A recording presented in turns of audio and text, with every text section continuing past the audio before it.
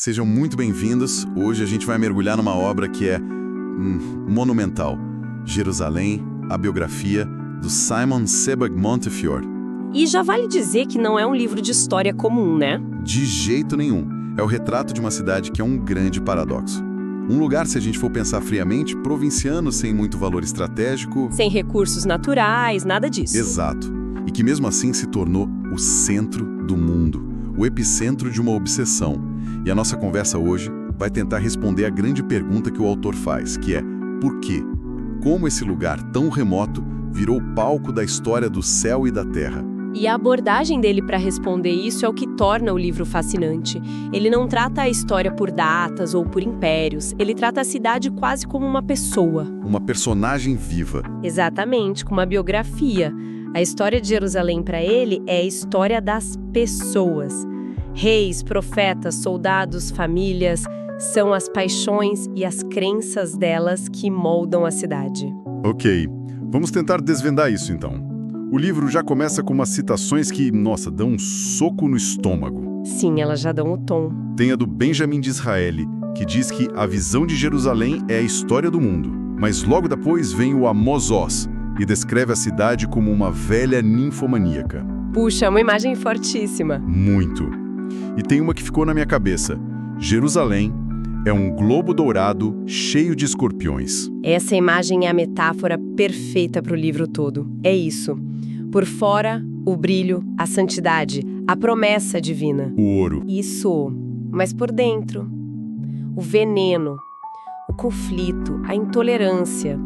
Montefiore usa essas contradições como ponto de partida. É a cidade santa, mas foi palco de um fanatismo absurdo. É o prêmio de impérios, mas, como você disse, não tem valor estratégico. E essa dualidade vai além do físico, né? Ele fala muito da Jerusalém celestial. Sim. Mas essa ideia de uma Jerusalém ideal que existe no céu, na imaginação, não é aí que mora o perigo. Exatamente aí. Essa é a chave de tudo. A magia é a tragédia de Jerusalém, como ele chama. Porque essa ideia permite que qualquer pessoa, em qualquer lugar, recrie a cidade na sua cabeça. E aí ela chega lá com essa visão idealizada. E se decepciona, claro. A realidade é suja, barulhenta, complicada. E o que a pessoa faz? Tenta impor a sua Jerusalém ideal na cidade real. Muitas vezes pela espada e pelo fogo, como o livro descreve. Exatamente. O que nos leva a uma das ideias mais, provocadoras do livro. A de que a santidade de Jerusalém não era óbvia. Foi uma construção. É uma ideia contra-intuitiva, né? Mas ele defende isso muito bem. Começou com uma decisão política. Do rei Davi? Isso, do rei Davi. De escolher aquela fortaleza como sua capital para unificar as tribos. Mas o mais fascinante, o grande paradoxo, é que foi a destruição da cidade, séculos depois, por Nabucodonosor, que a tornou sagrada para o mundo todo. Peraí, como assim? A destruição criou a santidade. Isso dá um nó na cabeça. Dá mesmo. Mas o ponto dele é sobre as consequências. A destruição e o exílio forçaram os judeus a fazer algo novo. Eles precisavam manter a identidade sem ter uma terra, sem ter um templo. E como eles fizeram isso? Registrando, escrevendo, glorificando a memória de Sião. A Bíblia, nesse sentido, se torna a crônica da cidade que foi perdida. Tem uma citação do Hein Heine que é genial. Qual? Ele diz que a Bíblia se tornou a pátria portátil dos judeus. Nossa, uma pátria portátil? Que conceito poderoso.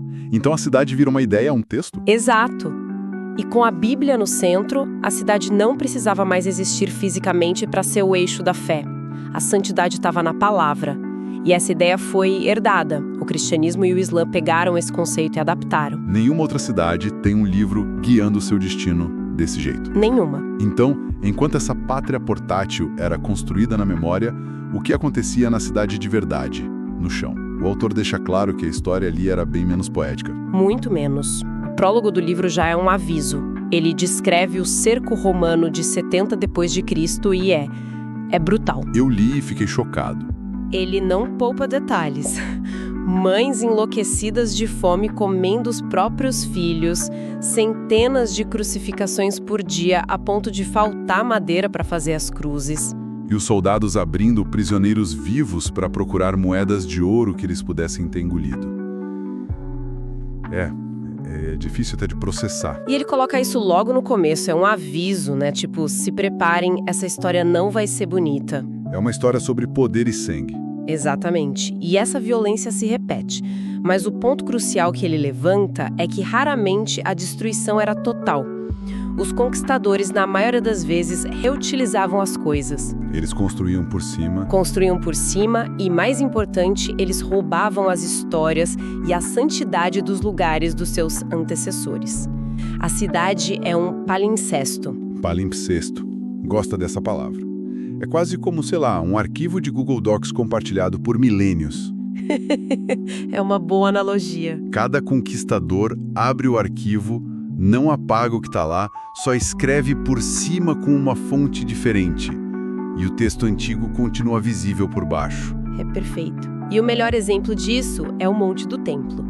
Para os judeus, o Har HaBait. Para os muçulmanos, o Haram al-Sharif. É o mesmo lugar físico. O mesmo lugar. Ali estava o Templo de Salomão, depois o de Herodes. Os romanos destruíram e sobre as ruínas os muçulmanos construíram o Domo da Rocha e a Mesquita de Al-Aqsa, uma camada em cima da outra. E isso explica o zelo, a sensação de posse exclusiva que cada grupo tem. Claro, cada um só enxerga a sua camada como a única legítima. E isso me leva a uma das frases mais perturbadoras do livro.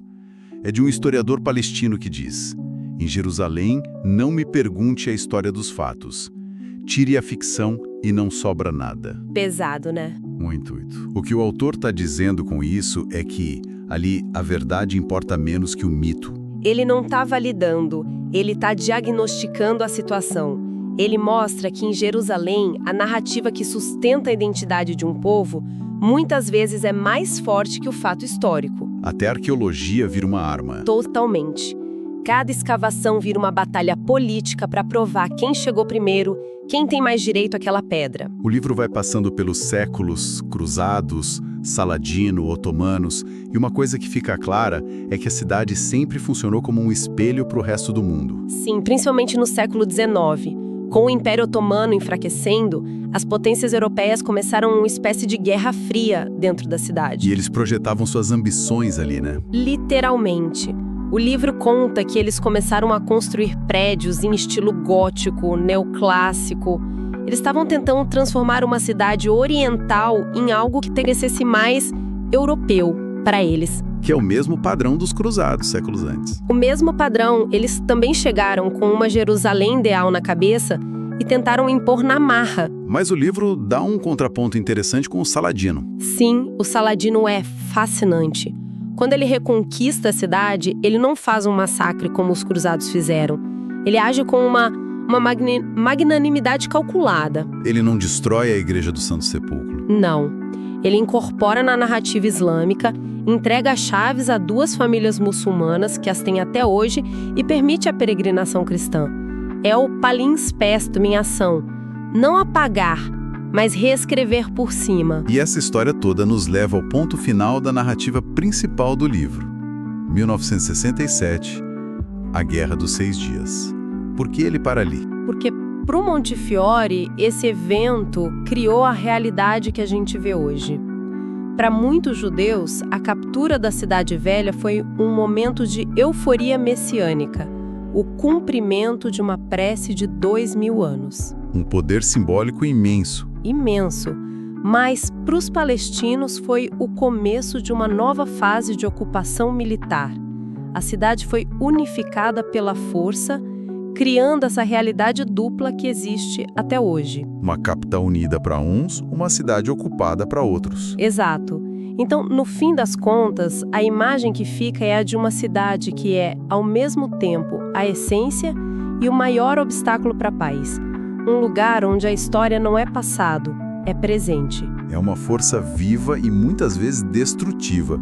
A conclusão do autor é que não pode haver paz sem que um lado reconheça a história e a tragédia do outro. Reconhecer as múltiplas verdades. Exato. E ele termina com uma citação do Shimon Peres que é perfeita.